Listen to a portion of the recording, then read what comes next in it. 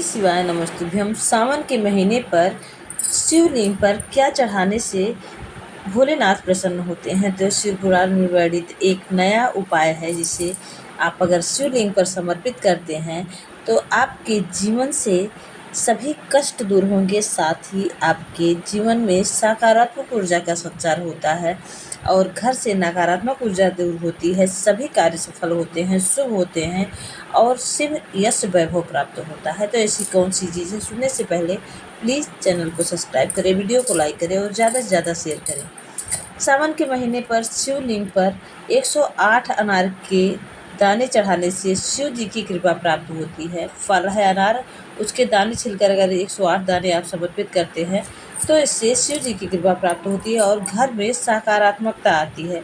इसके अतिरिक्त 108 बेलपत्र से भी भगवान शिव की विशेष कृपा मिलती है और सभी समस्याएं दूर होती हैं।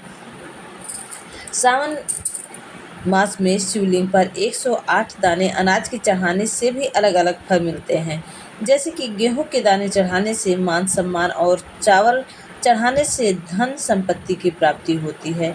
108 दाने अनाज के चढ़ाने से सुख समृद्धि की कमी नहीं रहती है। साथ ही 108 दाने चावल के चढ़ाने से घर में अन्न का भंडार भरा रहता है और माँ अन्नपूर्णा की कृपा हमेशा बनी रहती है। साथ ही घर में सुख समृद्धि आती है। सावन में भगवान शिव को प्रसन्न करने के लिए कई उपाय हैं और कई चीज़ें समर्पित की जाती हैं, जैसे गंगा जल।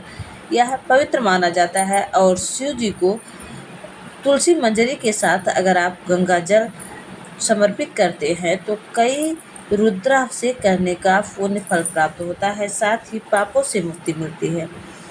कच्चा दूध, शिवलिंग पर कच्चा दूध चढ़ाने से स्वास्थ्य अच्छा रहता है और बीमारियां दूर होती हैं।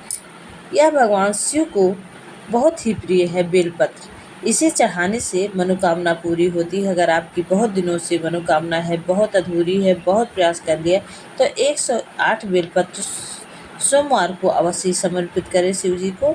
जल्द से जल्द मनोकामना पूरी होती है। भांग चढ़ाने से नकारात्मक ऊर्जा दूर होती है, मानसिक शांति मिलती है।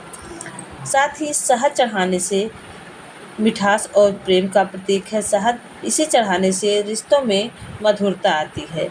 धतूरा चढ़ाने से यह भगवान शिव को अति प्रिय है। इसे चढ़ाने से रोग बाधा, भय और शत्रुओं से मुक्ति मिलती है। वहीं चंदन चढ़ाने से मान सम्मान और यश की प्राप्ति होती है। अक्षत चढ़ाने से सुख समृद्धि में वृद्धि होती है। घी चढ़ाने से तेज और ओज की बुद्धि में वृद्धि होती है। तिल चढ़ाने से रोगों में मुक्ति मिल जाती है। साथ ही धन और सुख समृद्धि बढ़ती है। इत्र चढ़ाने से धर्म और सात्विकता की प्राप्ति होती है।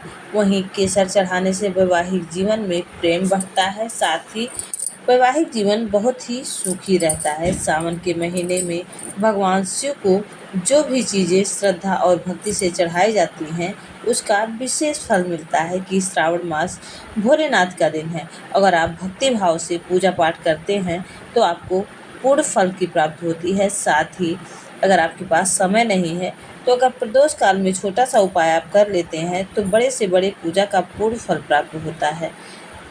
प्रदोष काल में 5 जगहों पर श्रावण मास में दीपक अवश्य ही प्रज्वलित करें। पहला अपने घर के मंदिर में, दूसरा अपने घर के मुख्य द्वार पर एक दीपक प्रतिदिन प्रदोष काल में 6:30 से 7:30 के बीच में जो समय होता है उस प्रदोष काल का होता है और उसमें जो भी पूजा पाठ किया जाता है उसका कई गुना फल आपको प्राप्त होता है। तो प्रदोष काल में पहला दीपक अपने घर के मंदिर में, दूसरा घर के मुख्य द्वार पर, तीसरा शिवलिंग के पास। अगर आप शिव जी के मंदिर जाते हैं तो पूर्ण फल की प्राप्ति होती है। अगर शिव मंदिर आपके आसपास नहीं है तो शिवलिंग घर में है तो वहाँ आप एक दीपक प्रज्वलित करें। शिवलिंग नहीं है तो आप भोले शंकर की प्रतिमा के सामने एक दीपक प्रज्वलित करें। दूसरा दीपक बेलपत्र के वृक्ष के नीचे, चौथा दीपक आप तुलसी माँ के क्यारे में लगाएं। पांचवा, अगर आपके आसपास कहीं पीपल का वृक्ष हो या आंवले का वृक्ष हो तो वहाँ एक दीपक अवश्य ही प्रज्वलित करें। देखेंगे आपके जीवन में आनंद ही आनंद होगा। श्री शिवाय नमस्ते।